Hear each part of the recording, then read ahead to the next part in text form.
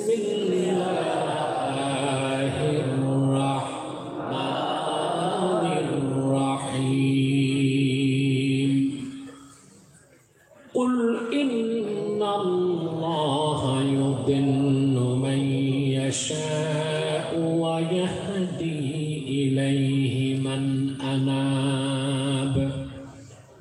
الذين آمنوا وتطمئن قلوبهم بذكر الله ألا بذكر الله تطمئن القلوب صدق الله العظيم قولوا সবাই صدق الله العظيم وصدق رسوله النبي الحبيب الكريم ونحن على ذلك من الشاهدين والشاكرين والحمد لله رب العالمين। আমি আজকে কোরআন কারীম থেকে হেদায়েতের উপর কিছু কথা বলেছি। আমরা যে আলোচনাগুলো বিগত সময় শুনলাম, এই মতবাদ সেই মতবাদ, এই ফেরকা ওই ফেরকা, ঠিক কিনা, তাফাররুকা, মুজাদালা, এত ফেরকা, পথভ্রষ্টতা, বিভ্রান্তির মূল হলো হেদায়েত না পাওয়া, ঠিক কিনা।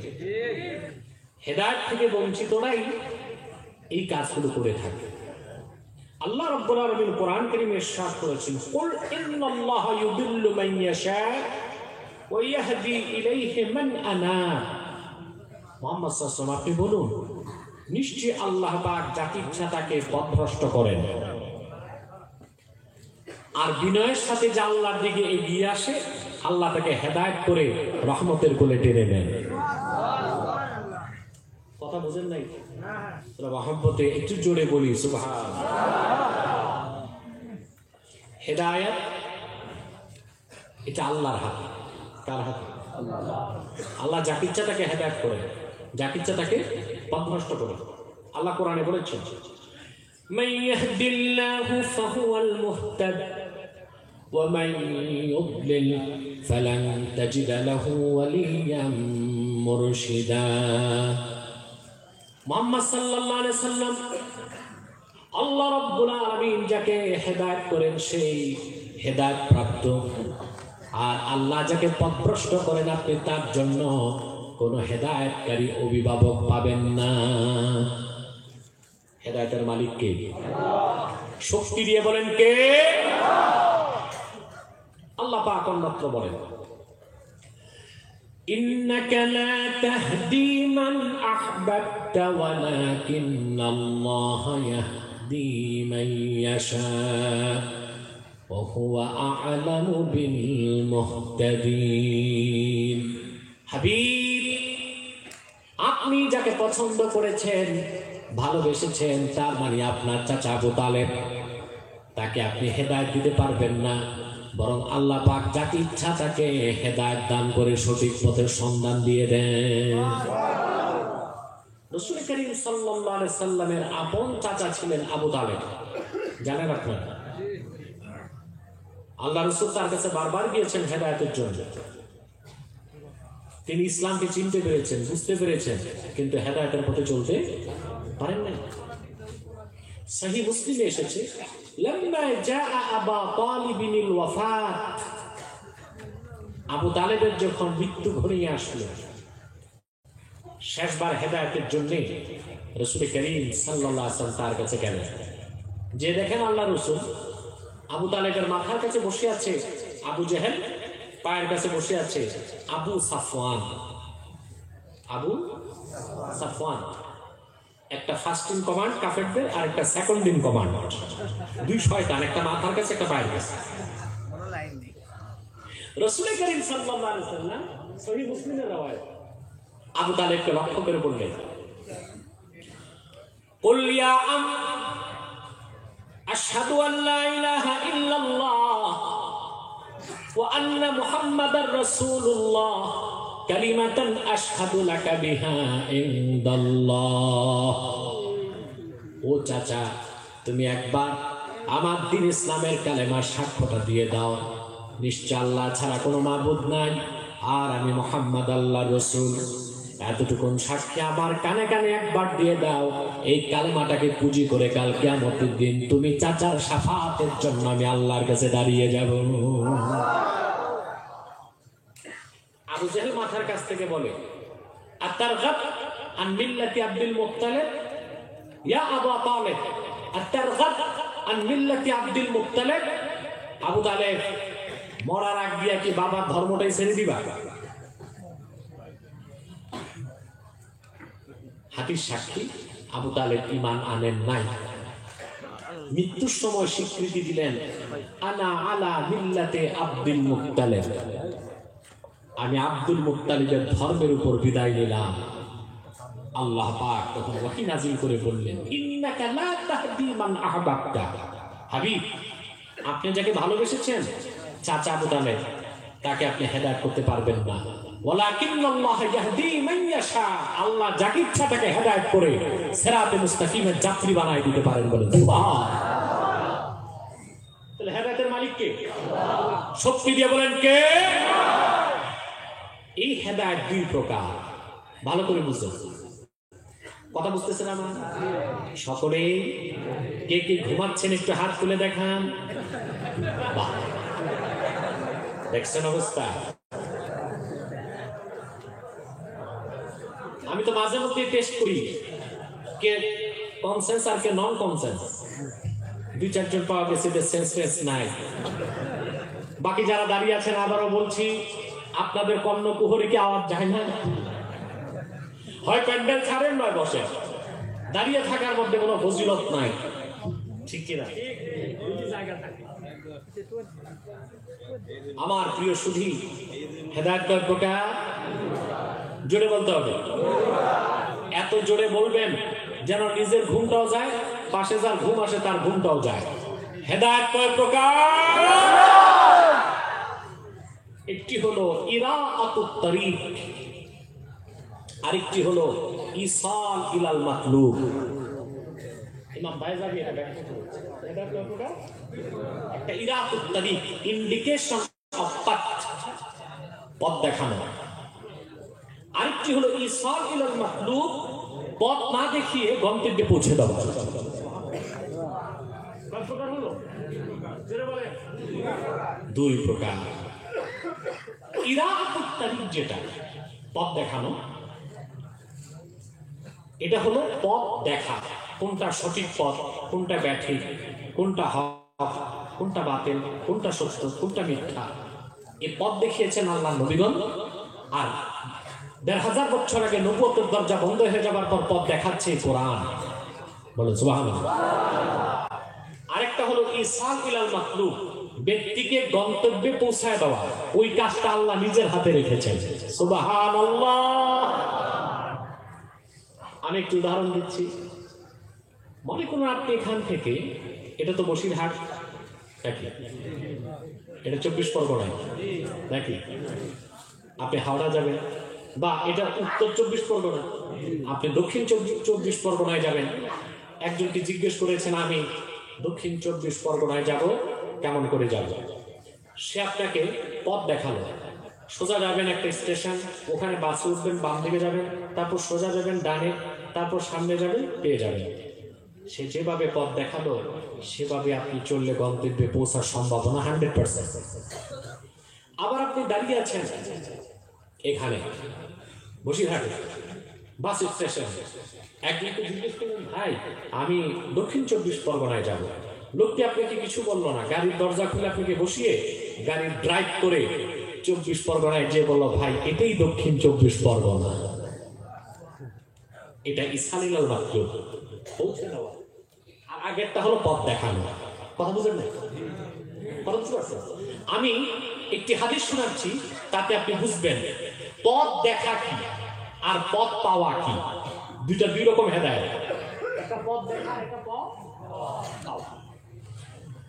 বদর যুদ্ধের কিছুদিন আগে মদিনা মুনাওয়ারাতে ইহুদিদের নেতা ছিল কাব ইবনুল আশরাফ, কি নাম? আর মক্কায় কুরাইশ নেতা ছিল আবু জাহাল। মদিনা মুনাওয়ারা থেকে কাব ইবনুল আশরাফ মক্কা মুকাররমায় আসলো ইহুদিদের পক্ষ থেকে প্রতিনিধি হিসেবে। আর মক্কায় 7 জন বড় কাফের বসলো মিটিংয়ে। আবু জাহাল, উতবা, সাইবা, মুগীরা, আবুল বুখতারি, আস বিন ওয়াইল, এরকম বড় 7 কাফের নেতা। আর মদিনা মুনাওয়ারা থেকে কিছু ইহুদি আসলো, নেতৃত্ব দিল কাব বিন আশরাফ। মিটিং বসলো মাতাফে। মাতাফ হলো কাবার যেখানে তোয়াফ করা হয়, মূল জায়গা। মিটিং এর উদ্দেশ্য ইহুদি এবং পত্তলিক 2 শক্তি মিলে কিভাবে মদিনা মুনাওয়ারায় হামলা করতে পারে, চক্রান্ত। মিটিং শেষ, ইহুদি নেতা কাব বিন আশরাফ আর মুশরিক নেতা আবু জাহেল, দুটোই তো কাফের। কাফেরে কাফেরে মাসতুতু ভাই নাকি? কথা বলে। আমি বলি কাফেরে কাফেরে আপন ভাই। এই 2 বেদিন হাঁটতে হাঁটতে দূরে চলে গেল। কাব বিন আশরাফ তাকে আবু জাহেল জিজ্ঞেস করলো, ভাই এখানে তুমি আর আমি ছাড়া কেউ নাই, সত্য করে বলো তো আল্লাহ রাসূল মুহাম্মদ সাল্লাল্লাহু আলাইহি ওয়াসাল্লামের ব্যাপারে তোমার বিশ্বাস কি? আবু জাহেল জিজ্ঞেস করলো কাব বিন আশরাফ। হাদিস সাক্ষী কাব বিন আশরাফ বলল, ওয়াল্লাহি রাব্বি মূসা ইন্নাহু লা রাসূলুল্লাহ। মুসার পালিক আল্লাহর কসম, আমি ইহুদি কাব বিশ্বাস করি মুহাম্মদ আল্লাহর রাসূল। এবার কাব বিন আশরাফ আবু জাহেলকে জিজ্ঞেস করলো, ভাই তুমি তো বাল্যকাল থেকে রাসূলুল্লাহকে দেখতেছো, মুহাম্মদ সাল্লাল্লাহু আলাইহি ওয়াসাল্লামের ব্যাপারে তোমার কি বিশ্বাস? হাদিস সাক্ষী ফালতাফাতা আবু জাহলিন ইলা বাইতিল্লাহিল কাবা। আবু জাহেল কাবার দিকে ঘুরলো। তারপর ফাকালা ওয়াল্লাহি রাব্বিল কাবা ইন্নাহু লা রাসূলুল্লাহ। কাবার মালিক আল্লাহর কসম রে কাব বিন আশরাফ, আমি জানি মুহাম্মদ আল্লাহর রাসূল।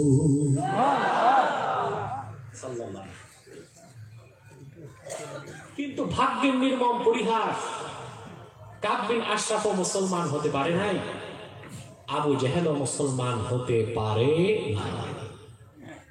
ইরাআতুত তারিক, কোনটা সত্যের পথ তা চিনতে পেরেছিল, কিন্তু ইসাল ইলাল মাতলুব সেই পথের যাত্রী হতে পারে। ইরাআতুত তারিক পথ দেখানো, আরেকটা হলো ইসাল ইলাল মাতলুব সেই পথ পৌঁছে দেওয়া। সুবহানাল্লাহ বলেন। ওইটা কার কাজ? আর পথ দেখানো কার কাজ? নবী আম্বিয়াগণ দেখাতেন। নবুয়ত বন্ধ হয়ে গেছে 1000 বছর আগে, এখন কে দেখাচ্ছে? আরো জোরে। আমরা হেদায়েত বুঝতেছি। এই পথ দেখাবার জন্য, ইরাআতুত তারিক পথ দেখাবার জন্য আল্লাহর পক্ষ থেকে লক্ষাধিক নবী রাসূল এসেছেন, ঠিক কিনা? সবাই মানুষকে সত্যের পথ দেখিয়েছে। সবার শেষে এসেছেন নবীকুল সম্রাট মুহাম্মদ সাল্লাল্লাহু আলাইহি ওয়াসাল্লাম। তিনি গোটা বিশ্বের মানুষকে হেদায়েতের পথ দেখিয়েছেন, ঠিক কিনা? আল্লাহ পাক বলেন, ইন্নামা আনতা মুনযির ওয়া লিকুল্লি কওমিন হাদ। মুহাম্মদ সাল্লাল্লাহু আলাইহি ওয়াসাল্লাম আপনি সতর্ককারী এবং পৃথিবীর সকল জাতির জন্য হেদায়েতকারী। আমি দেখেছি বড় বড় আলেমরাও এই আয়াতের ভুল তরজমা করে, বলে আল্লাহ বলেছেন সব জাতির জন্য হেদায়েতকারী আসছে, ওয়ালিকুল্লি কওমিন হাদ। আয়াত অর্ধেক বলছে, অর্ধেক বাদ দিয়েছে। বলে আল্লাহ বলছেন সব জাতির জন্য কি আসছে? হেদায়েতকারী আসছে, ওয়ালিকুল্লি কওমিন হাদ, আগের অংশ বাদ। আল্লাহ এটা বলেন নাই। আল্লাহ বলেছেন ইন্নামা আনতা মুনযির ওয়া লিকুল্লি কওমিন হাদ। মুহাম্মদ সাল্লাল্লাহু আলাইহি ওয়াসাল্লাম আপনি হেদায়েতকারী আর আপনি সকল জাতির জন্য হেদায়েতকারী। আপনি সতর্ককারী এবং শুধু আপনি সকল জাতির হেদায়েতকারী। ঠিক আছে? রাসূল করিম সাল্লাল্লাহু আলাইহি ওয়াসাল্লাম 1000 বছর আগে গোটা বিশ্বের মানুষকে হেদায়েত করেছেন, দ্বীন পরিপূর্ণ হয়েছে। রেখে গেলেন সেই হেদায়েতের কাজের জন্য 30 পারা কোরআন। ঠিক কিনা? জোরে বলেন। এই কোরআন হেদায়েত করে চলছে। সূরা ইউনূস আল্লাহ পাক বলেন, ইয়া আইয়ুহান নাস ক্বাদ জাআতকুম মাউইযাতুম মির রাব্বিকুম ওয়া শিফাউন লিমা ফিস সুদূর ওয়া হুদাও ওয়া রাহমাতুল লিল মুমিনিন। মানব জাতি, তোমাদের রবের পক্ষ থেকে এসেছে মাউইযা, উপদেশমালা, এবং মানুষের অন্তরের বেধি মুক্ত করার জন্য ঔষধ, ওয়া হুদাও ওয়া রাহমাতুল লিল মুমিনিন, আর পৃথিবীর সকল মুমিনের জন্য রহমত এবং হেদায়েতকারী। বলেন সুবহানাল্লাহ। কে বলেছে? এই কোরআন হেদায়েতকারী। কোরআন কি? কেমন হেদায়েতকারী? এত বড় হেদায়েতকারী যে কোরআন আসার কারণে আল্লাহ আনন্দ করতে বলেছেন। কুল বিফাদলিল্লাহি ওয়া বিরহমাতিহি ফাবিযালিকা ফালইফরাহু হুয়া খায়রুম মিম্মা ইয়াজমাউন। মুহাম্মদ সাল্লাল্লাহু আলাইহি ওয়াসাল্লাম, আপনি বলুন, আল্লাহর পক্ষ থেকে ফজল এসেছে, রহমত এসেছে, সেজন্য মুমিনগণ যেন আনন্দের প্রকাশ করে। সুবহানাল্লাহ বলবেন না? রবিউল আউয়াল মাস আসলে এই আয়াতের ব্যাখ্যা নিয়ে খুব দ্বন্দ্ব সৃষ্টি হয়। ঠিক কিনা?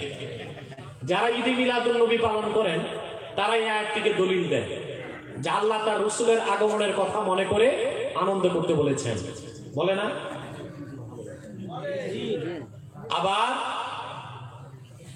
যারা ঈদে মিলাদুন নবীর বিপক্ষে কথা বলেন তারা বলেন আল্লাহ এখানে ফজল বলতে, রহমত বলতে কোরআনের কথা বলেছেন, কোরআনের আগমনের কথা মনে করে আনন্দ করতে বলেছেন। কিন্তু এই যে একটা দ্বন্দ্ব, এটা সমাধান কি?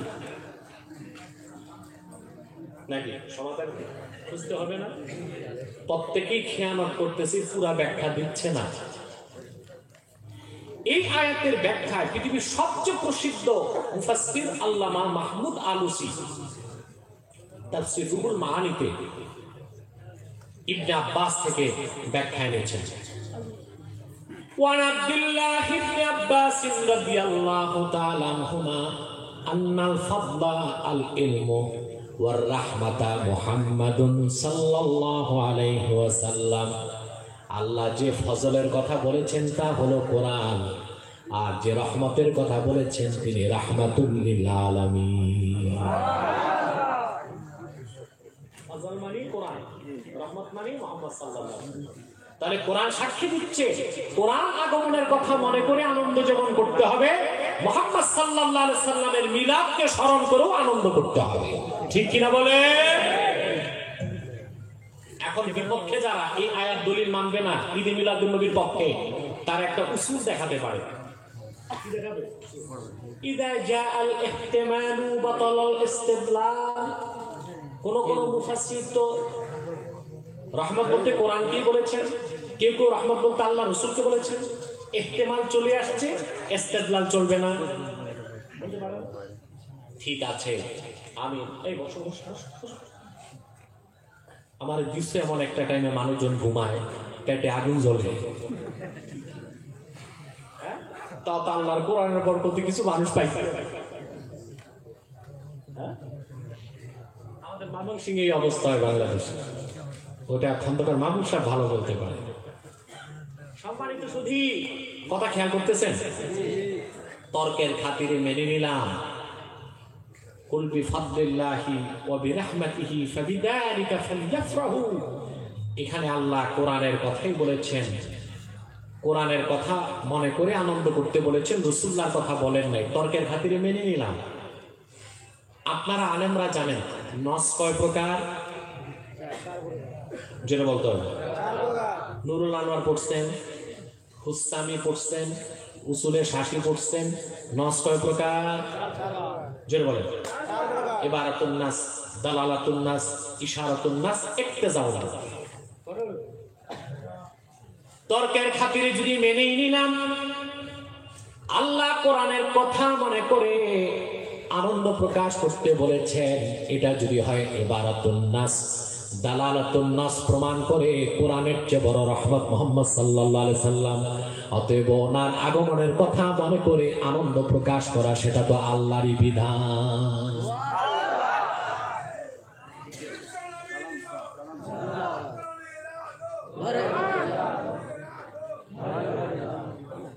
আপনি স্লোগান দিয়েছেন গভীর রাতে, এদের চার্জ চলে গেছে, চার্জ নাই। কেন যে মানুষ আমাকে লেটে দেয়, দেরিতে দেয়, এটা আমি বুঝি না। তো মানুষ চলে যাবে, আহা আশ্চর্য কথা, মানুষ চলে যাবে এই জন্য আমাকে আটকায় রাখবেন। সম্মানিত শুধু একটু ধৈর্য থাকলে আপনার আমি কিছু কথা শুনিয়ে যাই আজকে, ধৈর্য থাকবে। তারপরে দেখলাম কিছু লোককে বসাতে পারলাম না, আমি বুঝতে পেরেছি তাদের কোমরের সমস্যা নয়, হাঁটুতে ব্যথা।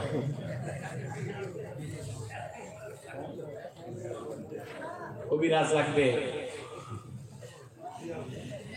সম্মানিত সুধী, বলেন তো রহমত কোনটা বড়, কোরআন না হুজুর? কথা বলা। আহমদ বিন হাম্বল বলেছেন, ইন্না রাহমাতান নাবিয়্যি আওসাউ মিন রাহমাতিল কোরআন।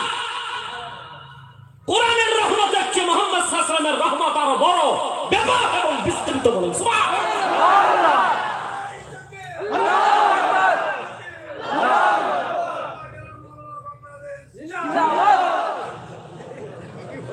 আমার ভাইরা,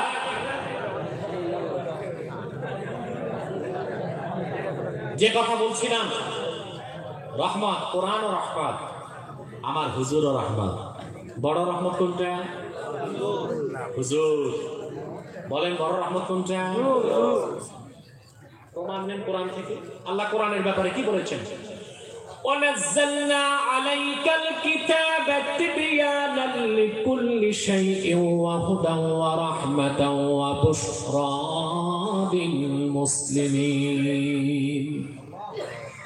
হাবিব, এই কোরআন আপনার উপর নাজিল করেছি সবকিছু সুস্পষ্ট ব্যাখ্যা হিসেবে, ওয়াহুদা ওয়া রাহমা ওয়া বুশরা লিল মুসলিমিন, আর পৃথিবীর সকল মুসলমানের জন্য কোরআন রহমতের ভান্ডার, শুভ সংবাদের বাহন এবং হেদায়েতকারী। আল্লাহ কোরআনকে বলেছেন রাহমাতুল লিল মুসলিমিন, রাহমাতুল লিল মুসলিমিন। আরেক জায়গায় বলছেন রাহমাতুল লিল মুমিনিন। وَنُنَزِّلُ مِنَ الْقُرْآنِ مَا هُوَ شِفَاءٌ وَرَحْمَةٌ لِلْمُؤْمِنِينَ وَلَا يَزِيدُ الظَّالِمِينَ إِلَّا خَسَارًا। মুহাম্মদ সাল্লাল্লাহু আলাইহি সাল্লাম, আমি ধাপে ধাপে ক্রমে ক্রমে কোরআন আপনার উপর নাজিল করি। এই কোরআন পৃথিবীর সকল মুমিনের জন্য রহমত এবং মানুষের অন্তরের সবচেয়ে বড় শিফা বা আরোগ্য। বলেন সুবহানাল্লাহ। ভালো করে বুঝেন, কোরআন মুসলমানদের জন্য রহমত, মুমিনদের জন্য রহমত, সবার জন্য হেদায়েতকারী। নাকি হেদায়েতকারী? সবার জন্য হেদায়েতকারী, সবার জন্য। কি মুসলিম, কি অমুসলিম, কি নাস্তিক, কি কাফের, কি ইহুদ, কি নাসারা, কি মুনাফিক, কি মুলহিদ, কি শ্বেতাঙ্গ, কি কৃষ্ণাঙ্গ, সকল যুগের, দেশের, বর্ণের, বংশের মানুষের জন্য কোরআন হেদায়েতকারী, কিন্তু রহমত শুধু মুসলমানের জন্য।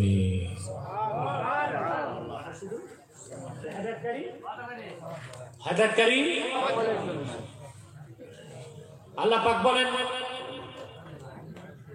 شهر رمضان الذي أنزل فيه القرآن هدى للناس وبينات من الهدى والفرقان।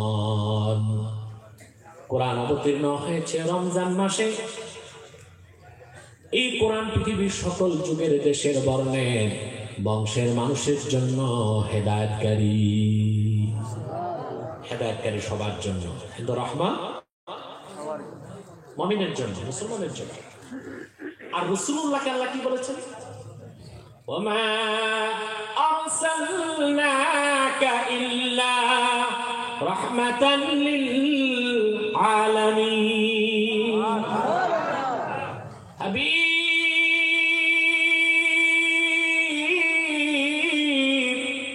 তামাম সৃষ্টির সৃষ্টির জন্য আপনি মুহাম্মদ সাল্লাল্লাহু আলাইহি সাল্লামকে আমি রহমত হিসেবে প্রেরণ করেছি। কোরআন হলো রাহমাতুল লিল মুমিনিন, আর আমার হুজুর হলো রাহমাতুল লিল আলামিন। রহমত হিসেবে বড় কোনটা, কোরআন না হুজুর? তাহলে রাহমাতুল লিল মুসলিমিন আসার কারণে যদি আনন্দের প্রকাশ করতে হয়, স্মরণ করে রাহমাতুল লিল আলামিন এসেছেন ১৫০০ বছর আগে রবিউল আউয়ালের ১২ তারিখে, সেই লাইলাতুল মাউলিদুল মুস্তাফা স্মরণ করে আনন্দের প্রকাশ করা জায়েজ না না জায়েজ? শুধু জায়েজ না খুব বড় ধরনের মুস্তাহাব কাজ? এখানে বেদাত তারাই খুঁজে যাদের ভিতরে বেদাত ঢুকেছে। ঠিক কি না? বলে যে ঈদে মিলাদুন নবী, এই ঈদ কোন ঈদ? বলে না ঈদ দুইটা, একটা ঈদুল ফিতর আর একটা ঈদুল আযহা। ঈদে মিলাদুন নবী এই ঈদ কোন ঈদ? আপনাদের দেশে বলে নাকি কেউ? বলে? বলার মতো লোক আছে? আবার কি বলে শরীয়তে তো ঈদ দুইটাই, ঈদুল ফিতর ঈদুল আযহা। ঈদ কি দুইটাই না? হাদিস মোতাবেক আরো ঈদ পাওয়া যায়।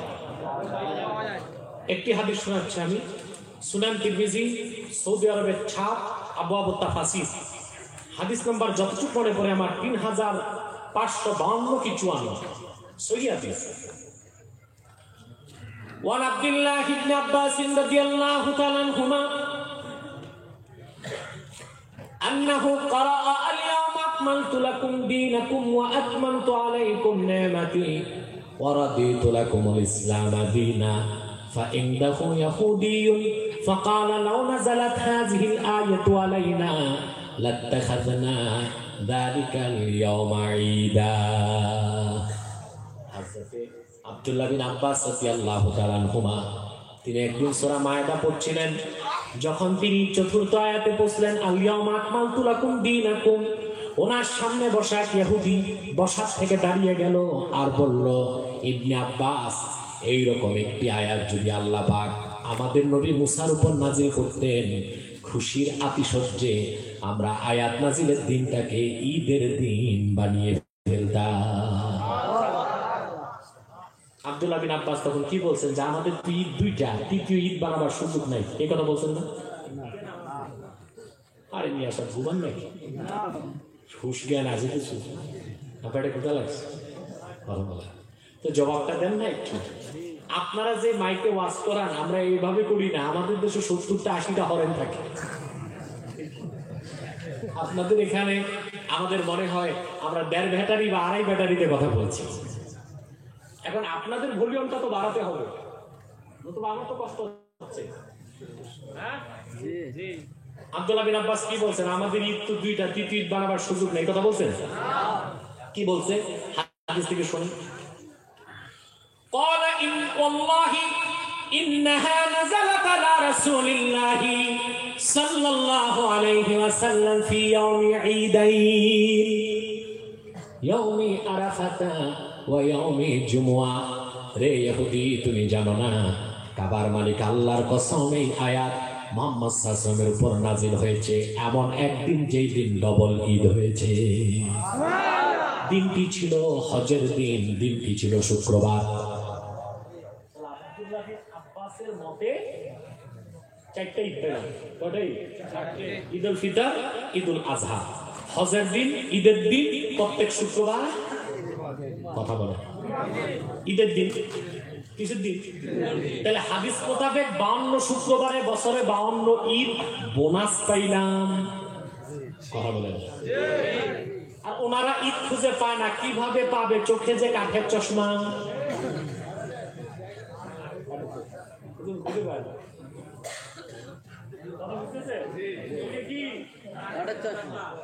আমি বলবো চশমাটা বদলাও,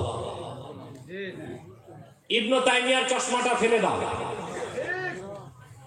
ইবনে আব্দুল ওয়াহাব নজদির চশমাটা ফেলে দাও, নাসিরউদ্দিন আলবানির চশমাটা ফেলে দাও, জাকির নায়েকের চশমাটা ফেলে দাও, শাহ ওয়ালিউল্লাহ মুহাদ্দিস দেহলভীর চশমা লাগাও, শাহ কারামত আলী জৌনপুরীর চশমা লাগাও, ফুরফুরা আবু বকর সিদ্দিক ফুরফুরাবির চশমা লাগাও। কোরআন হাদিসে মিলাদ পাবা, কিয়াম পাবা, ঈদ মিলাদুন নবীর মাহফিল পাবা, সবই পাবা, গোলমাল তোমার চশমায়। ঈদ আছে না নাই? দুই ঈদ ছাড়াও ঈদ আছে না নাই? ঈদ কাকে বলে তাও তো মনে হয় জানে না। আল্লামা বদরুদ্দিন আইনি উমদাতুল কারিতে ঈদের সংজ্ঞা দিয়েছেন, আস-সুরুরুল আয়েদ। আস-সুরুরুল আয়েদ, এই আনন্দটা বারবার মনে জাগে, তাকে বলা হয় কি? ঈদ। কি বলা হয়? ঈদ। ঘটনা ঘটে একবার, মনে পড়ে বারবার, মনে পড়ে যতবার আনন্দ লাগে ততবার তাকে বলা হয় ঈদ। এবার বুঝতে পারছেন? আর একটু বুঝাই দিই, ঘটনা ঘটবে কয়বার? মনে পড়বে। যেমন সহিহ আল বুখারী কিতাবুস সাওম রোজা অধ্যায়তে এসেছে, لما قدم النبي صلى الله عليه وسلم المدينة المنورة رأى اليهود تصوم يوم عاشوراء। রাসূলুল্লাহ যখন মক্কা থেকে হিজরত করে মদিনাতুল মুনাওয়ারাতে গেলেন, নূর নবী দেখলেন মদিনা মুনাওয়ারার ইহুদিরা 10ই মুহররম রোজা রাখে। আল্লাহ রাসূল জিজ্ঞেস করলেন, তোমরা 10ই মুহররম রোজা রাখো কেন? তারা বললেন, হাদা ইয়াউমুন সাবিহ নাজ্জাল্লাহু বনি ইসরাঈল মিন ফিরআউন। এই দিন সেই দিন যেই দিন আল্লাহ পাক মুসা ও বনি ইসরাঈলকে ফেরাউনের হাত থেকে রক্ষা করেছেন। আমরা আল্লাহর কৃতজ্ঞতা আদায় করার জন্য রোজা রাখি। আল্লাহ রাসূল সাহাবীদেরকে বললেন, তোমরাও রোজা রাখো। আমরাও এখনো রোজা রাখি। আরবি আশারা থেকে আশুরা, 10টা বড় কাজ আল্লাহ এই দিন করেছিলেন। আদমকে সৃষ্টি করেছেন, এই দিনে তাকে বেহেশত দিয়েছেন, ঠিক কিনা? এই দিনে তার তওবা কবুল করেছেন। হযরত ইব্রাহিমকে আগুন থেকে রক্ষা করেছেন, ইউনূসকে মাছের পেট থেকে বের করেছেন, হযরত নবীর দৃষ্টি ফিরিয়ে দিয়েছেন, ঠিক কিনা? মুসা নবীকে বাঁচিয়েছেন, ফেরাউনকে ডুবিয়েছেন। এখন কি প্রতি বছর 10ই মুহররম মুসা নবী একবার বাঁচে আর ফেরাউন ডুবে নাকি? না, ঘটনা ঘটছে একবার। মনে পড়ে যতবার শুকরিয়া। ঈদটা এইরকম, যে ঘটনা ঘটে একবার মনে পড়ে বারবার। আর সুরুরুল আয়েদ, মনে পড়ে যতবার আনন্দ লাগে ততবার, তাকেই বলা হয় ঈদ। তাকে কি বলা হয়? ঈদ। কি বলা হয়? ঈদ। এখন আসেন ঈদ মিলাদুন নবী কি? আল্লাহর আখির নবী, নবী কুল সম্রাট মুহাম্মদ সাল্লাল্লাহু আলাইহি ওয়াসাল্লাম আজ থেকে ১৫০০ বছর আগে হযরত মামিনা নূরময় রহিম থেকে মামিনার ঘর মক্কায় তাশরীফ নিয়ে এসেছেন রবিউল আউয়ালের 12 তারিখ। সেই রাতটিকে হাদিসে বলা হয়েছে লাইলাতু মাউলিদিল মুস্তাফা। প্রতি বছর রবিউল আউয়াল মাসের আগমন ঘটলেই ১৫০০ বছর আগের সেই শুভরাত্রির কথা মনে জাগলে প্রতিটি মুমিনের হৃদয়ে আনন্দের হিল্লোল বয়ে যায়। সেই আনন্দ প্রকাশ করার জন্য মুমিন যদি শরীয়তের সীমানার মধ্যে থেকে ওয়াজ করে, মাহফিল করে, সিরাতুন নবী নামে কিংবা মিলাদুন নবী নামে হাম পড়ে, নাম পড়ে, ইসলামী সঙ্গীত সন্ধ্যা করে, জিকির ফিকির করে, তাবাররুক বিতরণ করে, খাস মোনাজাত করে, তাকেই বলা হয় মাহফিলে ঈদে মিলাদুন নবী। এখানে মৌলবীরা বেদাত পাইল কই? এই কাজে বেদাত নাই, বেদাত ভিতরে। আমি বলে থাকি, যার বগলে শুটকির পোটলাও ফুল বাগানে গেল শুটকির গন্ধ পাবে।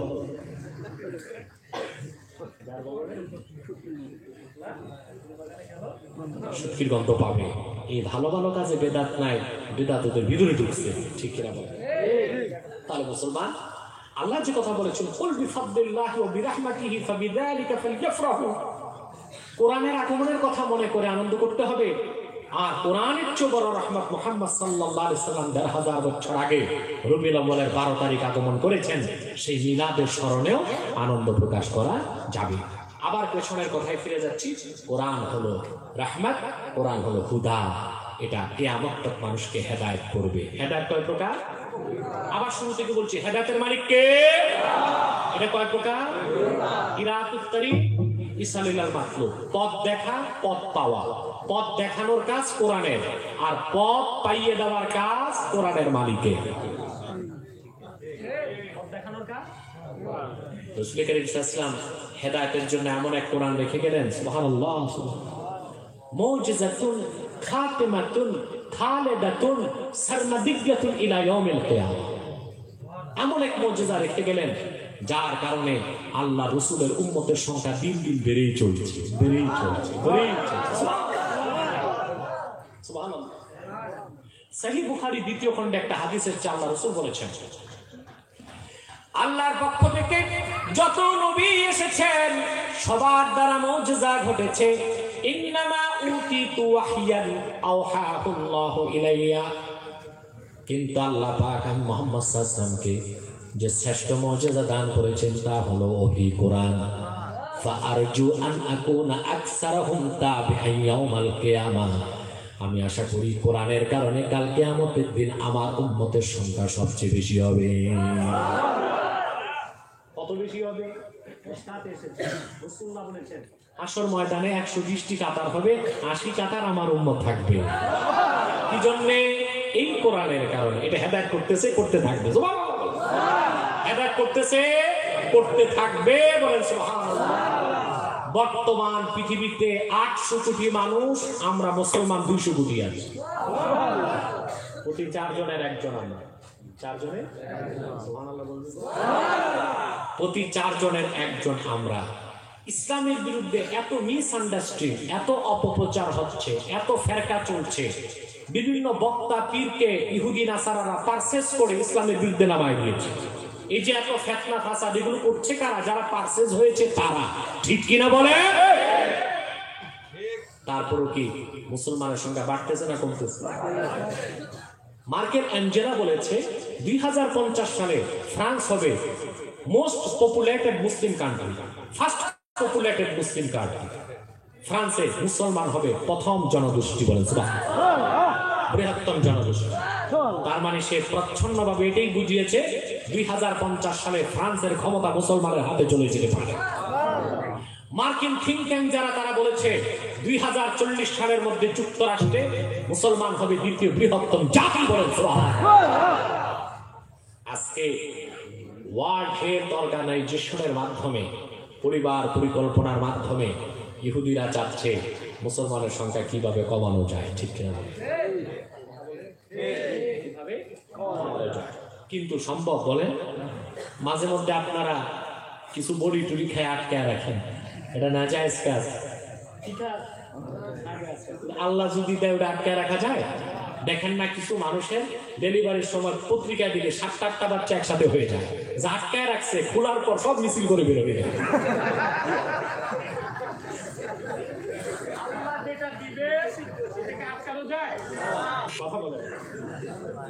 যায়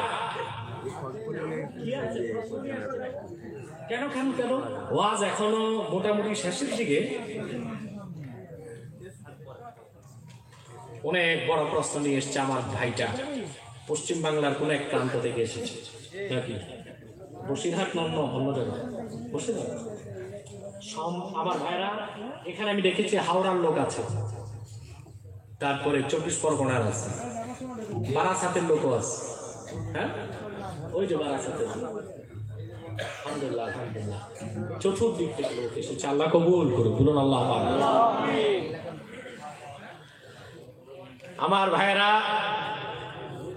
তো কথা খেয়াল করছেন, এই কোরআনের কারণে মুসলিম জনসংখ্যা বেড়েই চলছে। কিয়ামত তক কোরআন মানুষকে হেদায়েত করতেই থাকবে।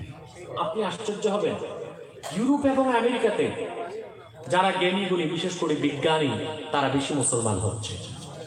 কারণ এই কোরআনের মধ্যে তারা এমন কিছু তথ্য পাচ্ছে যে আল্লাহ কুদরতের সামনে তাদের মস্তক নত হয়ে যাচ্ছে। কোরআন ইউনিভার্সাল ট্রুথ, ধ্রুব সত্য, সেই কথাটি তারা মানতে বাধ্য হচ্ছে, বলেন সুবহানাল্লাহ। কারণ কোরআন কারীমে এমন কথা আল্লাহ বলেছেন যা পেয়েছি বিজ্ঞান 1000 বছর পরে। আবার এমন কথাও আছে যা পেতে বিজ্ঞানকে লাগবে আরো 1500 বছর। ঠিক আছে, কথা বলে না।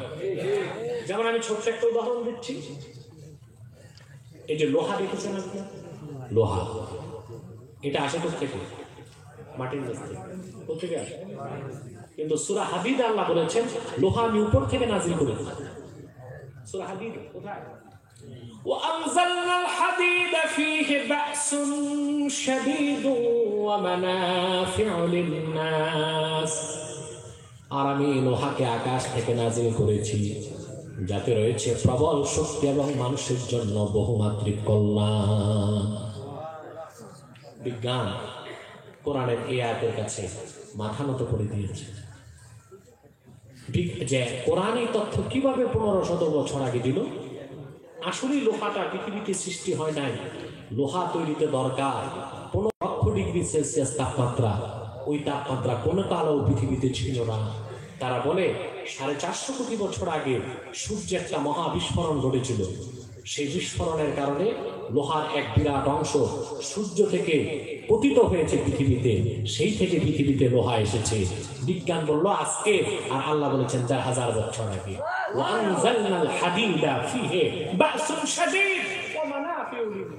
আমি লোহা উপর থেকে নাজিল করছি। এই কোরআন সবাইকে হেদায়েত করছে, কি বিজ্ঞানী, কি দার্শনিক, কি মুসলিম, কি অমুসলিম, কি নাস্তিক, কি আস্তিক, কি শ্বেতাঙ্গ, কি কৃষ্ণাঙ্গ, সকলকে হেদায়েত করছে, কিয়ামত পর্যন্ত হেদায়েত করতেই থাকবে। তবে কোরআন পথ দেখিয়ে দিবে, সেই পথে কে চলবে কে চলবে না এই সিদ্ধান্ত কার? ওটা ঈসা লিলাল মাখলুক। আর কোরআন যেটা দেখায় এটা ইরাআত। এতটুকু বুঝছেন? কথা বলো। তারপর আল্লাহ পাক বলেন আল্লাযীনা আমানু ওয়া তাতমাইন্নু কুলুবুহুম বিযিকরিল্লাহ আলা বিযিকরিল্লাহি তাতমাইন্নুল কুলুব। আল্লাহ যাদের হেদায়েত দান করেন খাঁটি মুমিন, আল্লাহর জিকিরে তাদের অন্তরসমূহ প্রশান্তি লাভ করে। আল্লাহ আলা বিযিকরিল্লাহি তাতমাইন্নুল কুলুব। সাবধান, জেনে রেখো, একমাত্র আল্লাহর জিকিরেই মানুষের অন্তর শান্তি লাভ করে থাকে। বলেন সুবহানাল্লাহ। আমার ভাইরা, পৃথিবীর প্রতিটা মানুষ শান্তি চায়। কি চায়? শান্তি। শান্তির জন্য পৃথিবীতে কত মতবাদ তৈরি হয়েছে। Socialism, nationalism, democracy, aristocracy, secularism, এসব মতবাদ তৈরি হয়েছে। তারপরে সংস্থার তো অভাব নাই, সারা বিশ্বে শান্তিতে ভরে দিতে আছে বিশ্ব শান্তি সংস্থা, ইউনাইটেড নেশন, জাতিসংঘ বলেন না, বলছেন। এই আমি বলি বিশ্ব শান্তি সংস্থা তৈরি করে সকল অশান্তির ব্যবস্থা, ঠিক কিনা? বিশ্ব শান্তি সংস্থা তৈরি করে সকল অশান্তি ব্যবস্থা। শান্তির একমাত্র গ্যারান্টি দিয়েছে 30 পারা কোরআন, ঠিক কিনা? আল্লাহ বলেছেন মুমিনগণ আল্লাহর জিকিরে তাদের অন্তর শান্তি লাভ করে, আর একমাত্র আল্লাহর জিকিরটাই মুমিনের অন্তরকে প্রশান্তি দিতে পারে। বলেন সুবহানাল্লাহ, ঠিক কিনা? এখন এখানে জিকির বলতে কোনটাকে আল্লাহ বলেছেন? প্রশ্ন আসে না? কথা বলে না। আল্লাহ অনেক কিছুকে কোরআনে জিকির বলেছেন। আপনি যে সকাল সন্ধ্যা মুখে জিকির করেন, এটাও জিকির। জিকির না? আমাদের দেশে একটা দল আছে, ওই বাংলাতেও আছে এই বাংলাতেও আছে, নাম বললাম না, এ বারবার এমন এমন করে, আবার মহিলাদের মতো বুকের উপর হাত বাঁধে। চিনেন নেই দলটা? কোরআন হাদিস বলেন এই জিকির নাই। আল্লাহ কোরআনে বলেছেন ফাযকুর ইসমা রাব্বিক, আপনার রবের নামের জিকির করুন। বলেন তো আমাদের রবের সবচেয়ে বড় নাম কি? আল্লাহর হুকুমে আল্লাহ আল্লাহ জিকির আছে না নাই? আছে। বুখারী 2য় খণ্ডে এসেছে, রাসূলুল্লাহ বলেছেন লা তাকুমুস সাআতু হাত্তা ইউকালা আল্লাহু আল্লাহ। যতক্ষণ আমার উম্মতের মুখে আল্লাহ আল্লাহ শব্দ থাকবে ততক্ষণ কিয়ামত হবে না। তাহলে সকাল সন্ধ্যার জিকির এটা কোরআন হাদিস কর্তৃক সমর্থিত, ঠিক আছে? আবার নামাজকে আল্লাহ জিকির বলেছেন। কি বলেছেন? বলছেন না জিকির? মুসা নবী যখন তুর পাহাড়ে গেলেন, আল্লাহ তাকে ডাক দিয়ে বললেন ফাসতামি' লিমা ইউহা ইন্নানি আনা আল্লাহ লা ইলাহা ইল্লা আনা ফা'বুদনি ওয়া আকিমিস সালাতা লিযিকরি। মুসা, তুমি মনোযোগ দিয়ে শোনো, যা তোমার কাছে ওহী করা হয় নিশ্চয় আমি হলাম আল্লাহ, আকাশে জমিনে আমি ছাড়া কোনো মালিক নাই, অতএব আমার জিকির হিসেবে নামাজ আদায় করো। নামাজকে আল্লাহ জিকির বলেছেন। কি বলেছেন? মুখে জিকির করেন, সেটাও জিকির।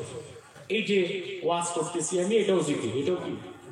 আল্লাহ কোরআনে বলেছেন ফাযাক্কির ইন নাফাআতিয যিকরা। এটার তাফসীর এসেছে, ইবনে কাসির করেছেন ইযহুম। মুহাম্মদ সাল্লাল্লাহু আলাইহি ওয়াসাল্লাম আপনি বিশ্ববাসীকে ওয়াজ করুন, এটাকে আল্লাহ জিকির বলেছেন। ওয়াজ করাও জিকির, ওয়াজ শোনাও কি? হজটাও জিকির, সাফা মারওয়ায় দৌড়ান, এটাও জিকির, তোয়াফ করেন, এটাও জিকির। কিন্তু যে জিকিরে অন্তর শান্তি পাবে ওটা কোন জিকির? আরে মিয়া সাহেব জবাব পরে দেন, আগে বলেন প্রশ্ন আসে কিনা? আসে। ওইটা হলো কোরআন। এই কোরআনটাও জিকির। বলেন সুবহানাল্লাহ। কোরআনটাও কি? আল্লাহ কোরআনে বলেছেন ومن أعرض عن ذكري فإن له معيشة ضنكا ونحشره يوم القيامة أعمى قال رب لم حشرتني أعمى وقد كنت بصيرا। আল্লাহ পাক বলেন সুবহানাল্লাহ, ওয়ামান আ'রাদা আন যিকরি, যে আমার জিকির থেকে মুখ ফিরায় নিল, মানে কোরআন থেকে, পৃথিবীতে বসবাসের জন্য তার পাথেও সংকুচিত হয়ে যাবে। আমি তাকে অন্ধ করে হাসরে উঠাবো। সে বলবে ইয়া রাব্বি লিমা হাশারতানি আ'মা ওয়া কাদ কুনতু বাসীরা। আল্লাহ তুমি অন্ধ করে আমাকে কেন উঠালা, আমি তো চক্ষুষ্মান ছিলাম। ঠিক না? আল্লাহ পাক বলবেন যে আমার আয়াত, আমার জিকির তোমার কাছে এসেছিল, ফানাসিতাহা, তুমি তা ভুলে গেছিলা, ওয়া কাযালিকা ইয়াউমা তুনসা, সেজন্য তোমাকে আজকে ভুলে যাওয়া হচ্ছে। এই কোরআন হচ্ছে এমন একটা জিকির, যে জিকির থেকে মুখ ফিরালে হাসর হবে অন্ধ অবস্থায়, বেঈমান অবস্থায়। ঠিক কিনা বলেন? এই কোরআনের জিকিরটা যখন মানুষের কাছে থাকবে, তখন এই কোরআন তার অন্তরে শান্তি ঢেলে দিবে। বলেন সুবহানাল্লাহ। ইতমিনানে কলব কি দিবে? আল্লাহ বলেছেন তাতমাইন্নুল কুলুব, অন্তর ইতমিনান লাভ করে আল্লাহর জিকিরে, আল্লাহর কোরআনের কারণে। বলেন সুবহানাল্লাহ। ইতমিনানে কলব বুঝেন? স্যাটিসফ্যাকশন অফ মাইন্ড, মন প্রশান্ত হয়ে যাবে। মন কখন প্রশান্ত হয়ে জানেন? মানুষের মনে যখন কোনো বিষয়ে আর প্রশ্ন থাকে না, সন্দেহ থাকে না, তখনই মানুষের অন্তর প্রশান্তি লাভ করে থাকে। ঠিক কিনা বলেন? এই কোরআন এমন এক্সাক্টলি যা মানুষের সকল প্রশ্নের জবাব দিয়ে থাকে। বলেন সুবহানাল্লাহ। দেয় কিনা বলেন? ইতমিনানে কলব, অন্তরকে প্রশান্ত করে কোরআন। যারা বলেন সুবহানাল্লাহ। আশ্চর্য হবেন, পূর্বের নবীগণ ইতমিনানে কলব, মনের প্রশান্তি আল্লাহর কাছে চাইতেন, আর মুহাম্মদ সাল্লাল্লাহু আলাইহি ওয়াসাল্লামের উম্মতকে না চাইতেই আল্লাহ ইতমিনানে কলবের ব্যবস্থা দিয়ে দিয়েছেন। যেমন হযরত ইব্রাহিম খলিল, তিনি একদিন আল্লাহ রাব্বুল আলামিনকে প্রশ্ন করলেন। কে? জোরে বলেন। হযরত ইব্রাহিম কি প্রশ্ন করলেন? আল্লাহ সূরা বাকারাতে বলেন وَإِذْ قَالَ إِبْرَاهِيمُ رَبِّ أَرِنِي كَيْفَ تُحْيِي الْمَوْتَى قَالَ أَوَلَمْ تُؤْمِنْ قَالَ بَلَى وَلَكِنْ لِيَطْمَئِنَّ قَلْبِي। হযরত ইব্রাহিম আল্লাহকে ডাক দিয়ে বলেন, আল্লাহ তুমি কিভাবে মৃতকে জীবন দাও, এটা আমার একটু দেখাও। আল্লাহ যে মৃতকে জিন্দা করবেন, আপনাদের সন্দেহ আছে? জোরে বলতে হবে। না দেখে বিশ্বাস করতেছি আমরা, কিন্তু হযরত ইব্রাহিম আল্লাহকে বলেন, আল্লাহ তুমি কিভাবে মৃতকে জিন্দা করো, আমার একটু চোখে দেখাও। আল্লাহ পাক তাৎক্ষণিক প্রশ্ন করলেন, আওয়ালাম তুমিন, ইব্রাহিম আমি যে মৃতকে জিন্দা করতে পারি বা পারবো, এটা কি তুমি বিশ্বাস করো না?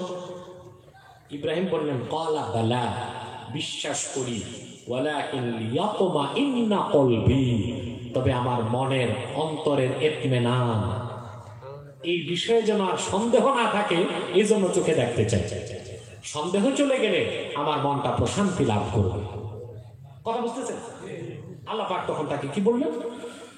قال فخذ أربعة من الطير فصرهن إليك ثم اجعل على كل جبل منهن جزءا ثم ادعهن يهدينك سعيا واعلم أن الله عزيز حكيم আল্লাহ বললেন ইব্রাহিম তুমি 4টি পাখি নাও কয়টি তাফসীরের কিতাবে নাম এসেছে মোরগ কবুতর বাজ ময়ূর এরকম কয়টা পাখি নিলেন 4টা আল্লাহ বললেন এবার তোমার কাছে রেখে পোষ মানাও তিনি পোষ মানালেন আল্লাহ বললেন এবার জবা করো তিনি জবা করলেন আল্লাহ বললেন কল্লাগুলো হাতে রাখো আর গোশতগুলো টুকরা টুকরা করে বিভিন্ন পাহাড়ে ছিটিয়ে দাও তারপর তুমি ডাক দাও নাম ধরে হযরত ইব্রাহিম ডাক দিলেন সব পাখি জিন্দা হয়ে তার হাতে চলে এলো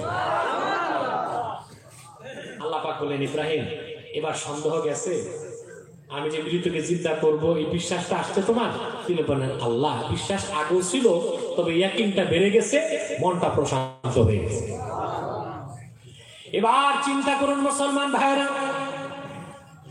ইতমিনানে কলব পরকালের বিশ্বাসের ব্যাপারে মৃতকে আল্লাহ রাব্বুল আলামিন জিন্দা করবেন সেই বিষয়ে হযরত ইব্রাহিম চোখে দেখার পর তার ইতমিনান হয়েছে আর আমাদেরকে মুহাম্মদ সাল্লাল্লাহু আলাইহি সাল্লামের খাতিরে আল্লাহ পাক এমন এক জিকির দিয়েছেন কোরআন দিয়েছেন না চাইতেই সেই কোরআন মনের সব সন্দেহ দূর করে ইতমিনানে কলব তৈরি করে দিতে পারে আল্লাহ বলেছেন আলা বিযিকরিল্লাহি তাতমাইন্নুল কুলুব একমাত্র আল্লাহর জিকির তার মানে 30 পারা কোরআন মানুষের অন্তরকে প্রশান্ত করে দেয় বলেন সুবহানাল্লাহ পশ্চিম বাংলার ভাইরা আমি আমার এই ব্যাখ্যার শেষ অংশে বলবো আপনারা এই কোরআনকে বুকের সাথে আঁকড়িয়ে ধরুন সব ইহকালীন কল্যাণ পরকালীন মুক্তির জন্য এই কোরআন কারীমের বিকল্প কোনো কিছু নাই আল্লাহ পাক যেন আমাদেরকে কবুল করেন মঞ্জুর করেন বলুন আল্লাহুম্মা আমিন সাদাকাল্লাহুল আযীম ওয়া সাদাকা রাসূলুহুল নবিয়্যুল কারীম ওয়া নাহনু আলা যালিকা মিনাশ শাহিদিন ওয়াশ শাকিরিন ওয়ালহামদুলিল্লাহি রাব্বিল আলামিন কোথায় যাচ্ছেন আপনারা রাত অর্ধেক শেষ এখন হবে মুনাজাত ভাবছেন ওয়াজ শেষ বাড়ি যাই দোয়াটা হলো ইবাদতের মগজ ঠিক কি না ওয়াজ শেষ চলে যেতে পারবেন না বসে একটু পরে মুনাজাত হয়ে যাচ্ছে কথা বুঝতে পারছেন সম্মানিত সুধী আমি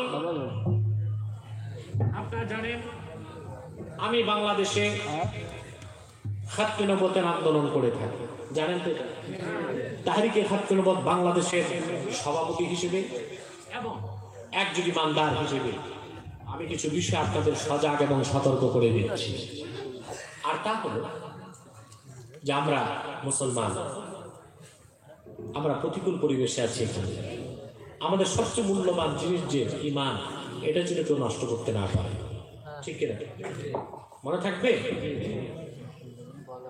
কিছু অমুসলিম চক্র মুসলমানের লেবাস লাগিয়ে মাঠে নেমেছে তারা চক্রান্ত করছে আমাদের বাংলায় করছে আপনাদের বাংলায় তাদের একমাত্র কাজ ধোঁকা দিয়ে মানুষকে কনভার্ট করা কনভার্টেশনের কাজ করছে তারা ধর্মান্তরের কাজ তারা অমুসলিম এবং কাফের কিন্তু পরিচয় দিচ্ছে মুসলিম এই মুসলিম পরিচয় দেওয়ার কারণে অনেকেই ধোঁকায় পড়ে বেঈমান হয়ে যাচ্ছে এই সব বর্ণচোরা অমুসলিম ফেরকা থেকে ও তাদের চক্রান্ত থেকে আপনাদেরকে দূরে থাকতে হবে মনে থাকবে এই চক্রগুলোর মধ্যে সবচেয়ে জঘন্য হলো কুখ্যাত কাদিয়ানী সম্প্রদায় নিঃসন্দেহে তারা অমুসলিম এবং কাফের তাদেরকে যারা কাফের বলবে না তারাও কাফের কারণ তারা আল্লাহর আখিরি নবী মুহাম্মদ সাল্লাল্লাহু আলাইহি সাল্লামকে আল্লাহর শেষ নবী হিসেবে বিশ্বাস করে না চিল্লায় বলেন নাউযুবিল্লাহ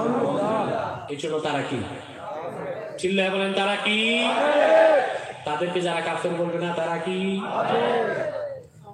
তারা মানুষকে ধোঁকা দিয়ে কাফের বানাবার জন্য মুসলমানদের মতো দাড়ি রাখে টুপি লাগায় নামও রাখে তাই বলে কি তারা মুসলমান হবে মুসলমানের নাম রাখলে কেউ মুসলমান হবে কথা বলেন বোতল ভর্তি পেশাব উপরে লেবেল শরবত শরবত হবে কুকুরের পায়খানা লাড্ডু বানায় উপরে নাম লেখছে দিল্লি কা লাড্ডু ওটা কি দিল্লির লাড্ডু হবে ভিতরে কি তদ্রুপ কাদিয়ানীরা মুসলিম এবং কাফের আব্দুল আব্বাল আব্দুল সামাদ মুবাশশির আলী আর কবির চৌধুরী নাম রাখার দ্বারা তারা মুসলমান হতে পারে না।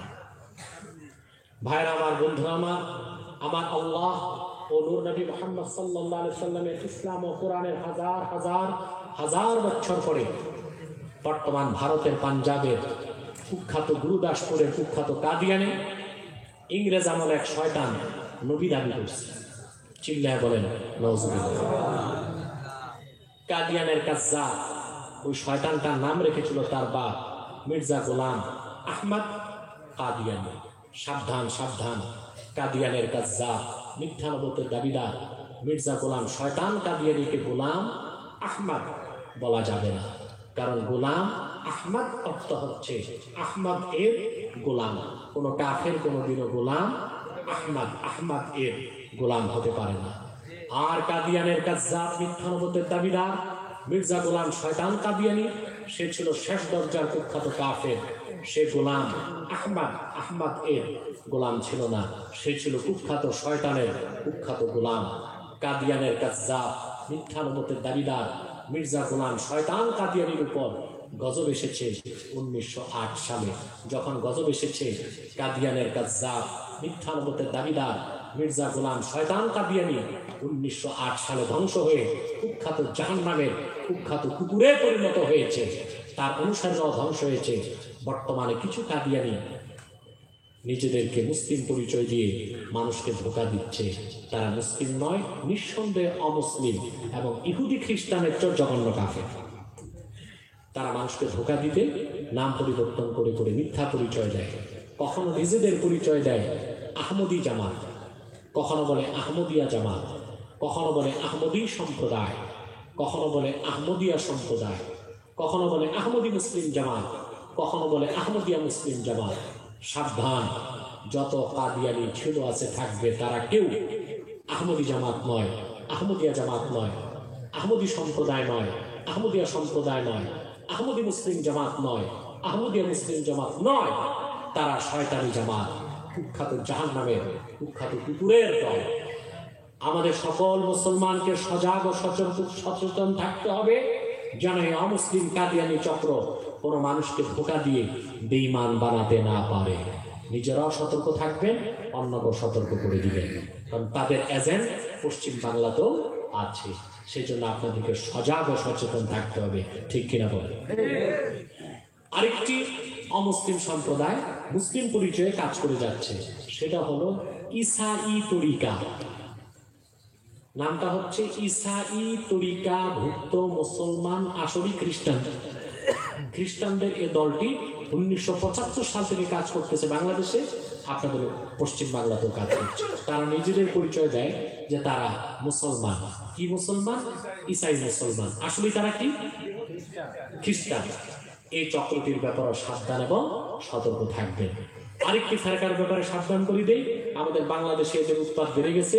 আপনাদের কি আসছে কিনা জানি না, হিজবুত তাওহীদ না শুনছেন হয়তো একটি। এটাও একটি বাতিল ফেরকা, আসবে বাংলাদেশের পর আপনাদের দিকে ঢুকবে আর কি। এটার উৎপত্তি বাংলাদেশের টাঙ্গাইলে নেই, হিজবুত তাওহীদ নাম। এদের আকীদা মারাত্মক। এরা বলে যে এই দলটাকে নাকি আল্লাহ নিজে তৈরি করছেন 19 বছর আগে। তারপর বলে কিয়ামত বলতে কিছু নাই, বলে দজ্জাল কোনো ব্যক্তি নয়। তারপর বলে নামাজ এটা শরীর চর্চা, ওযু থাকলেও পারে না থাকলেও পারে। তারপর বলে ইসলাম বলা যাবে না, বলতে হবে ইসলাম। ইমাম বলা যাবে না, বলতে হবে এমাম। নামাজ বলা যাবে না, বলতে হবে নমাজ। এই ফেরকার জীবাণু থেকেও নিজেরা দূরে থাকবেন, অন্যকে দূরে রাখবেন। পারবেন তো ইনশাআল্লাহ? বাস, এবার কিছু প্রশ্ন এসছে, আমি উত্তর দিচ্ছি। তার আগে আপনারা পরবর্তী আলোচনা রেডি করেন, নিয়ে আসেন, আমি এখন চলে যাচ্ছি। এর আগে কোথায় যাচ্ছে আপনারা? কি এটা তো পারি না, যা তো করেই চলছেন। আমি তো বলে দিব রুমালের তুলে দিব মানুষ, এছাড়া কি প্রশ্ন? কি প্রশ্ন? চারটি মুখে বলো তো তাড়াতাড়ি। তার দ্বিতীয় প্রশ্ন,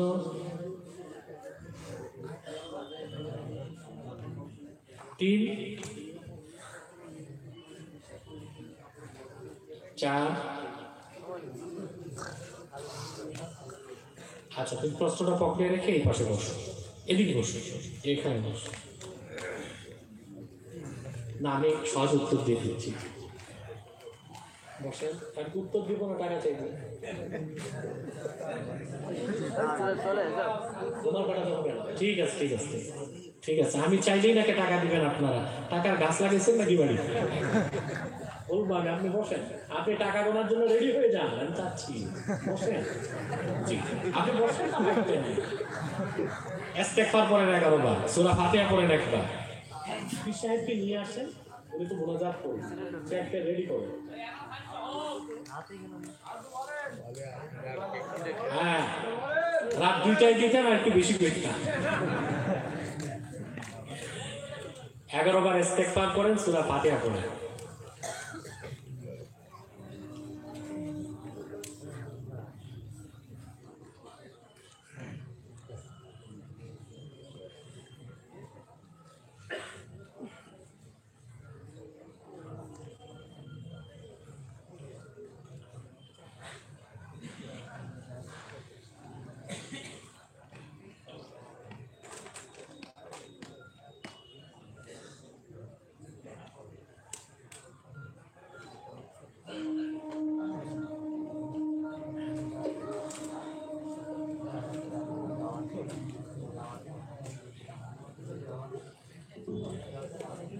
সূরা ইখলাস করেন 3 বার।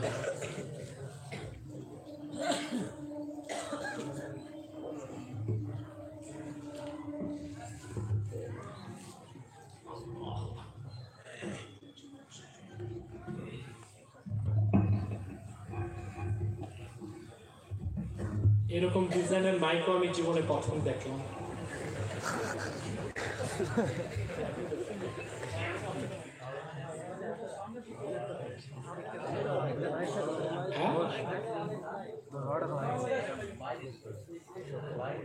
সূরা ইখলাস পড়েন, সূরা ইখলাস পড়েন।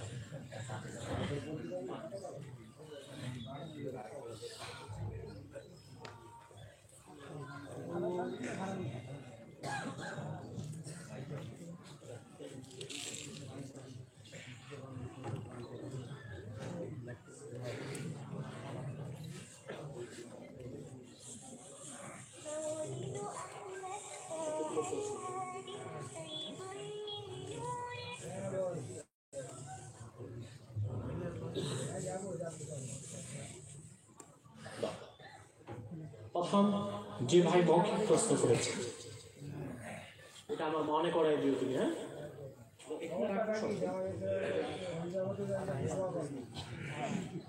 একজন আলেম বলেছেন ঈদগাহ ময়দানে জানাজার নামাজ পড়া যাবে না, কারণ ঈদগাহ হলো মসজিদ, তাই মসজিদে জানাজা পড়া না যায়। এই বিষয়ে বিস্তারিত জানাবেন। না, ঢালাওভাবে বলা যাবে না মসজিদে নামাজ পড়া হারাম। মসজিদে নামাজ পড়াকে মাকরু বলা হয়েছে। এই শর্তে লাশ ফেটে যেতে পারে, ফেটে গেলে নাজাসাত মসজিদে লাগতে পারে। আর যদি লাশ ফেটে যাওয়ার সম্ভাবনা মোটেও না থাকে, বিশেষ ওজরে মসজিদেও জানাজা হতে পারে। দ্বিতীয় হলো ঈদগাহ। ঈদগাহটা যদি ওয়াকফ হয়, তার পবিত্রতা রক্ষা করতে হবে, কিন্তু ঈদগাহ মসজিদের পুরা হুকুমের মধ্যে আসবে না। মসজিদের ক্ষেত্রে এসেছে যে ফতোয়া স্বামীতে এসেছে লা ইয়াখরুজুল মসজিদু আনিল মসজিদিয়াতি আবাদা। একবার যেটা মসজিদ হয়, কিয়ামত তক সেটা মসজিদের হুকুম থেকে বের হয় না। ঈদগাহটা সেই রকম নয়। মসজিদে যেটা আপনাকে ওযু করতে হবে, ঈদগাহে ঢুকতে আপনাকে ওযু করতে হবে এমন কোনো শর্ত নাই। অতএব যদি আশেপাশে কোনো মাঠ ময়দান না থাকে, আপনি ঈদগাহেও জানাজা নামাজ পড়তে পারেন, সমস্যা নেই।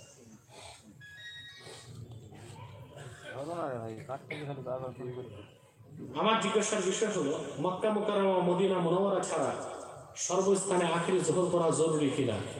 জি, মক্কা মুকাররমা ও মদিনা মুনাওয়ারা ছাড়া, বিশেষ করে দারুল হারব যেটা, যেখানে মুসলিম শাসন নেই, ওই এলাকাগুলোতে ইহতিয়াতান, অতিরিক্ত সতর্কতার জন্য আখিরি যোহর পড়তে হবে। 30 পারা কোরআনে মোট 6666টি আয়াত আছে। আমাদের এলাকার আহলে হাদিসরা বলছে যে 114টি সূরার আয়াত সংখ্যা যোগ করে দেখা যায় যে 6214টি আয়াত আছে। এই বিষয়ে বিস্তারিত জানাবেন। আমি আগেই বলেছি আহলে হাদিস আহলে খবিস। এই যে তারা বলল 6214টা, তাদের উদ্দেশ্য তাহলে খারাপ। পুরা কোরআন তারা বিশ্বাস করছে না, এটা প্রমাণ দিচ্ছে। আসলে কোরআনের আয়ার সংখ্যা কেউ গণে বলেছেন ৬,৬৬৬, আর কেউ গণে বলেছেন ৬,২১৪। এর মানে এই না যারা ৬,২১৪ বলেছে তারা ৪০০ আয়াতকে বাদ দিয়েছে, বিষয়টা এমন না। আমি সহজে বুঝাই দিচ্ছি। কোরআন সংখ্যা দেখবেন না, কোরআন কতটুকু। বিসমিল্লাহর বা থেকে শুরু, মিনাল জিন্নাতি ওয়ান নাসের সিন পর্যন্ত শেষ। আয়ার সংখ্যা ৬,৬৬৬ হোক আর আয়ার সংখ্যা ৬,২১৪ হোক। এখন সংখ্যার ক্ষেত্রে হেরফেরটা কেন হলো? সূরা ফাতিহা যে আপনারা পড়েন, আয়াত কয়টা? 7টা। কোন কোন মুফাসসির ধরেছেন 5টা। কি রকম? আলহামদুলিল্লাহি রাব্বিল আলামিন আর রহমানির রহিম এক আয়াত ধরেছেন, কোন মুফাসসির 2 আয়াত ধরেছেন। মালিক ইয়াউমিদ্দিন এক আয়াত ধরেছেন। ইয়াকা নাবুদু ওয়া ইয়াকা নাস্তাইন কোন মুফাসসির 2 আয়াত ধরেছেন, আর কেউ ইয়াকা নাবুদু ওয়া ইয়াকা নাস্তাইনকে এক আয়াত ধরেছেন। তাইলে গণনার ক্ষেত্রে দেখা যায় কেউ ধরেছেন 5 আয়াত, কেউ ধরেছেন 7 আয়াত, কিন্তু সবার মতে আলহামদুল আলিফ লাম থেকে শুরু ওয়ালাদ দাল্লিন পর্যন্ত শেষ। এভাবে কেউ 2 আয়াতকে এক আয়াত ধরেছে, সেই গণনার ভিত্তিতে কেউ কেউ বলেছেন ৬,২১৪টি আয়াত, আর কেউ কেউ 2 আয়াতকে 2 সংখ্যা ধরেছেন, এই জন্য তাদের মতে ৬,৬৬৬টি আয়াত। কিন্তু কোরআন কি? বিসমিল্লাহর বাতে শুরু, মিনাল জিন্নাতি ওয়ান নাসের সিনে শেষ। এর মধ্যে কোন একটি আয়াতকে অস্বীকার করলে নির্দ্বিধায় সে কাফের হয়ে যাবে।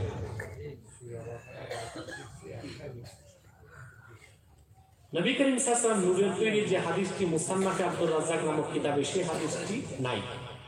হাদিসটি নাই তা বলা যাবে না। হাদিসটি নিয়ে কি লোকাল আছে, কেউ বলেছেন সহিহ, কেউ বলেছেন জয়ীফ, কেউ কেউ জালও বলতে চেয়েছেন। হাদিসটি আছে আল জুজুল মাফকুদে, এটা মুসান্নাফ ইবনে আবি শায়বা, মুসান্নাফ ইবনে আব্দুর রাজ্জাকের প্রথম 10টি পরিচ্ছেদ নিয়ে এই জুজুল মাফকুদ। মূল কিতাবে এটা ছিল, পরবর্তীতে ছাপানোর সময় তা হারিয়ে যায়। কিন্তু তুরস্কের তুর্কাকি জাদুঘরে দুবাই ইসলামী বিশ্ববিদ্যালয়ের হাদিস ডিপার্টমেন্টের চেয়ারম্যান ডাক্তার ঈসা ইবনে আব্দুল্লাহ আল মানে তিনি পাণ্ডুলিপি নিয়ে ছাপিয়ে সারা দেশে ছড়িয়ে দিয়েছেন। এটা আমার কাছে এক খণ্ড আছে। মুনাজাতের শেষে লা ইলাহা ইল্লাল্লাহ মুহাম্মাদুর রাসূলুল্লাহ সাল্লাল্লাহু আলাইহি ওয়াসাল্লাম বলা চলবে কিনা? কেন চলবে না? এর চেয়ে ভালো কোনো কথা আছে?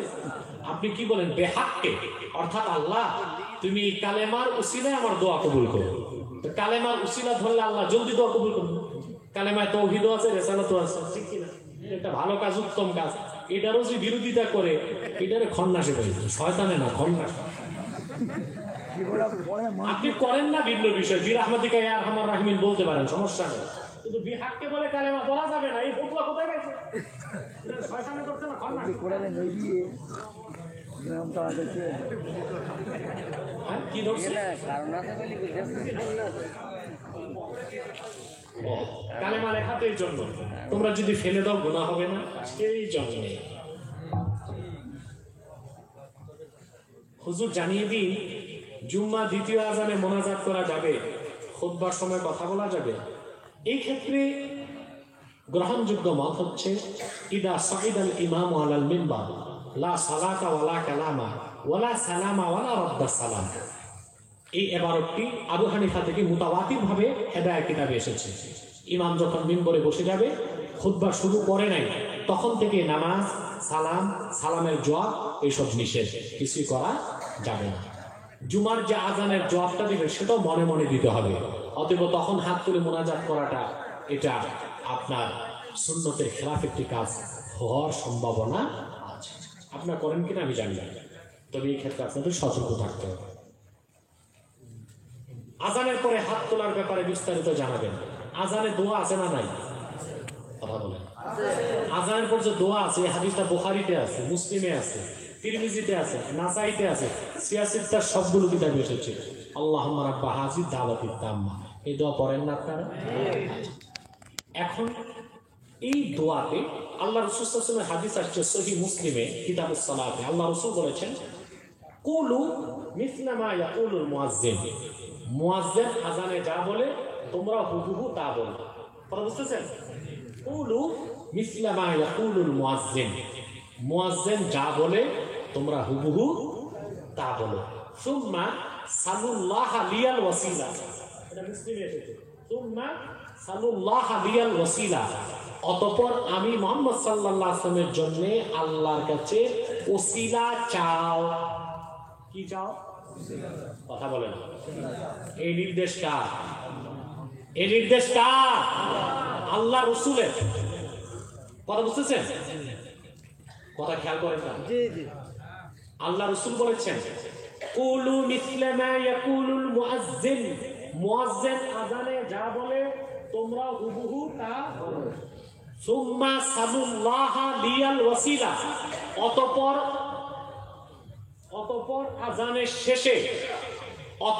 আযানের শেষে আমি মুহাম্মদ সাল্লাল্লাহু আলাইহি ওয়াসাল্লামের জন্য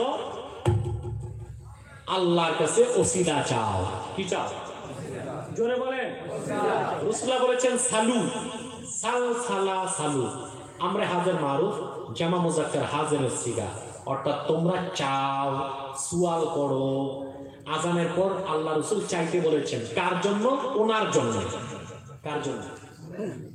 রাসূলুল্লাহ কি শিক্ষা দিয়েছেন? আবু দাউদের হাদিস, নাসাইর হাদিস, মিশকাত দ্বিতীয় খণ্ড কিতাবুত দাওয়াতে এসেছে।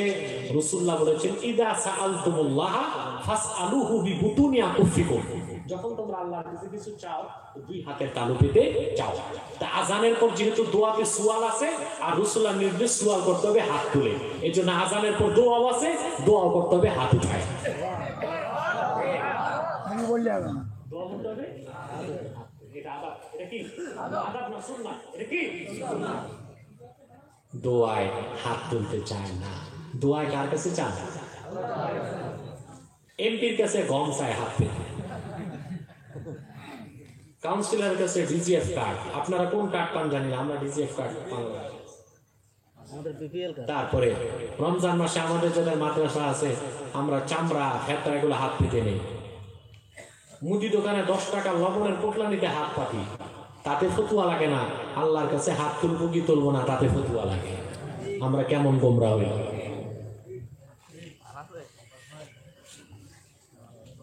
হযরত গত 26শে ফাল্গুন আসতে পারিনি, ইটিন্ডা না আমি মিয়া মাদ্রাসায়, সে ব্যাপারে জনগণকে কিছু বলবো। আমি এসেছিলাম দমদম এয়ারপোর্ট, আমাকে ইমিগ্রেশন পার হতে দেয়নি। কেন দেয়নি? ওরা সার্চ করে ইউটিউবে আমার বক্তব্যগুলো দেখেছে। তারপর আমাকে অত্যন্ত সম্মানের সাথে বলেছে হুজুর আমাদের দেশে নির্বাচন হচ্ছে, এই মুহূর্তে আপনাকে যেতে দিতে পারি না, নিরাপত্তার সমস্যা হতে পারে। আমি প্রায় 1 রাত ট্রানজিট জোনে অবস্থান করে সকালের ফ্লাইটে দেশে ফিরে গিয়েছি। মাহফিল কমিটির কোনো দোষ নাই, আমার ভাই চলে এসেছিলেন, তিনি পৌঁছেছিলেন। যদি আল্লাহ তৌফিক দেন ভবিষ্যতে আমি থাকার চেষ্টা করি। এক ভাই বলেছেন হুজুর বায়াত হওয়ার প্রয়োজন আছে কিনা এবং কিভাবে হতে হবে।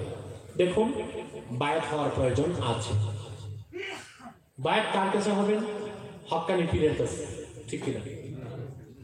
পীর আগে তো দেখতে হবে পীর ধরার দরকার আছে কিনা, নাকি? কথা বলছেন? জি জি। পীর মানে কি? অনেকে বলে কোরআন হাদিসে তো পীর নাই। আমি বলি নাই, ঠিক আছে, কোরআন হাদিসে তো নামাজ বলেও কোনো শব্দ নাই। আছে?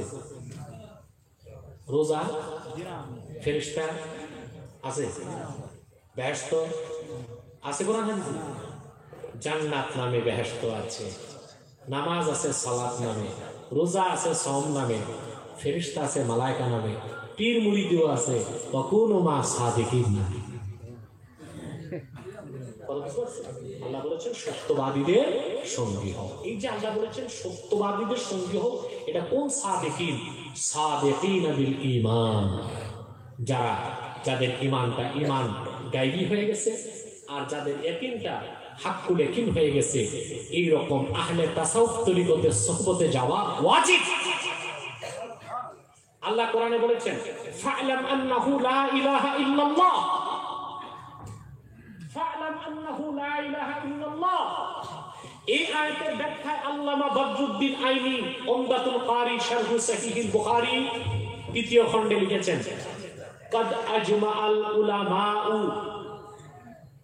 على وجوب علم المعرفة واستدلوا بآيات الله البينة فاعلم أنه لا إله إلا الله।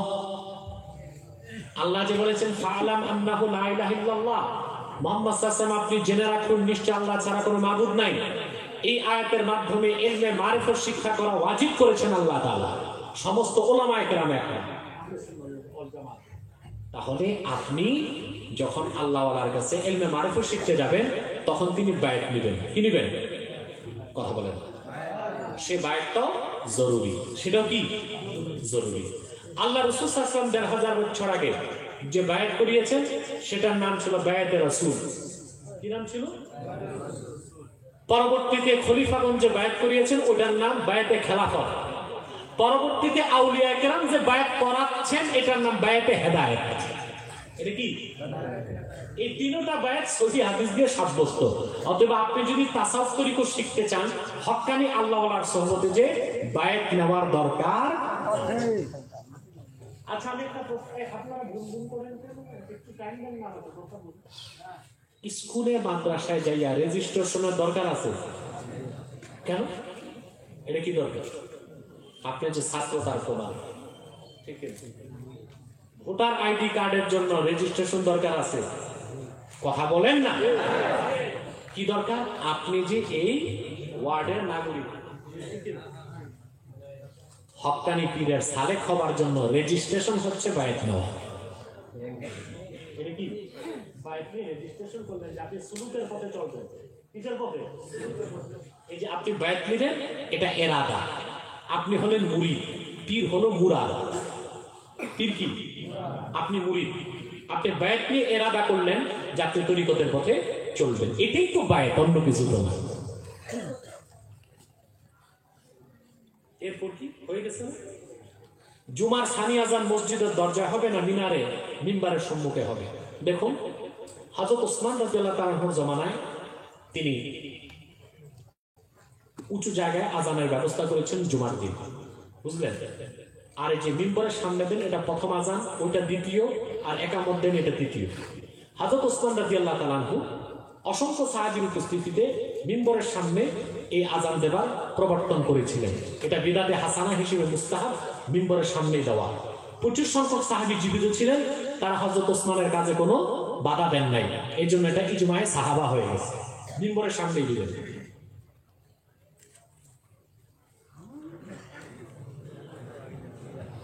খাঁটি পীর কিভাবে চিনবেন?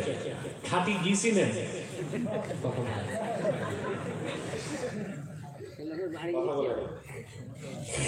খাঁটি ঘি চিনেন?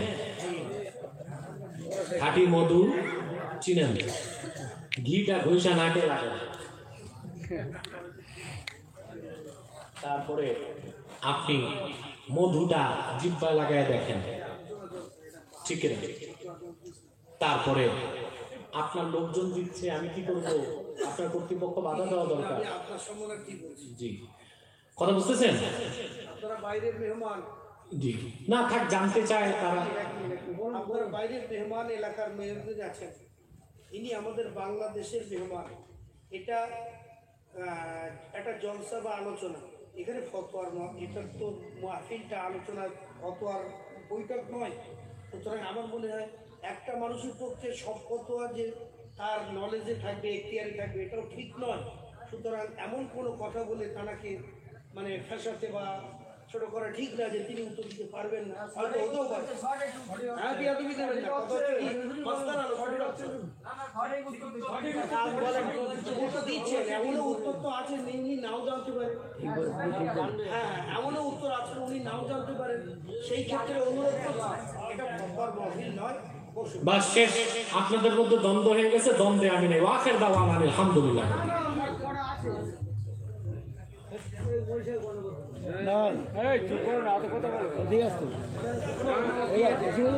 এমন কি প্রশ্ন দেবে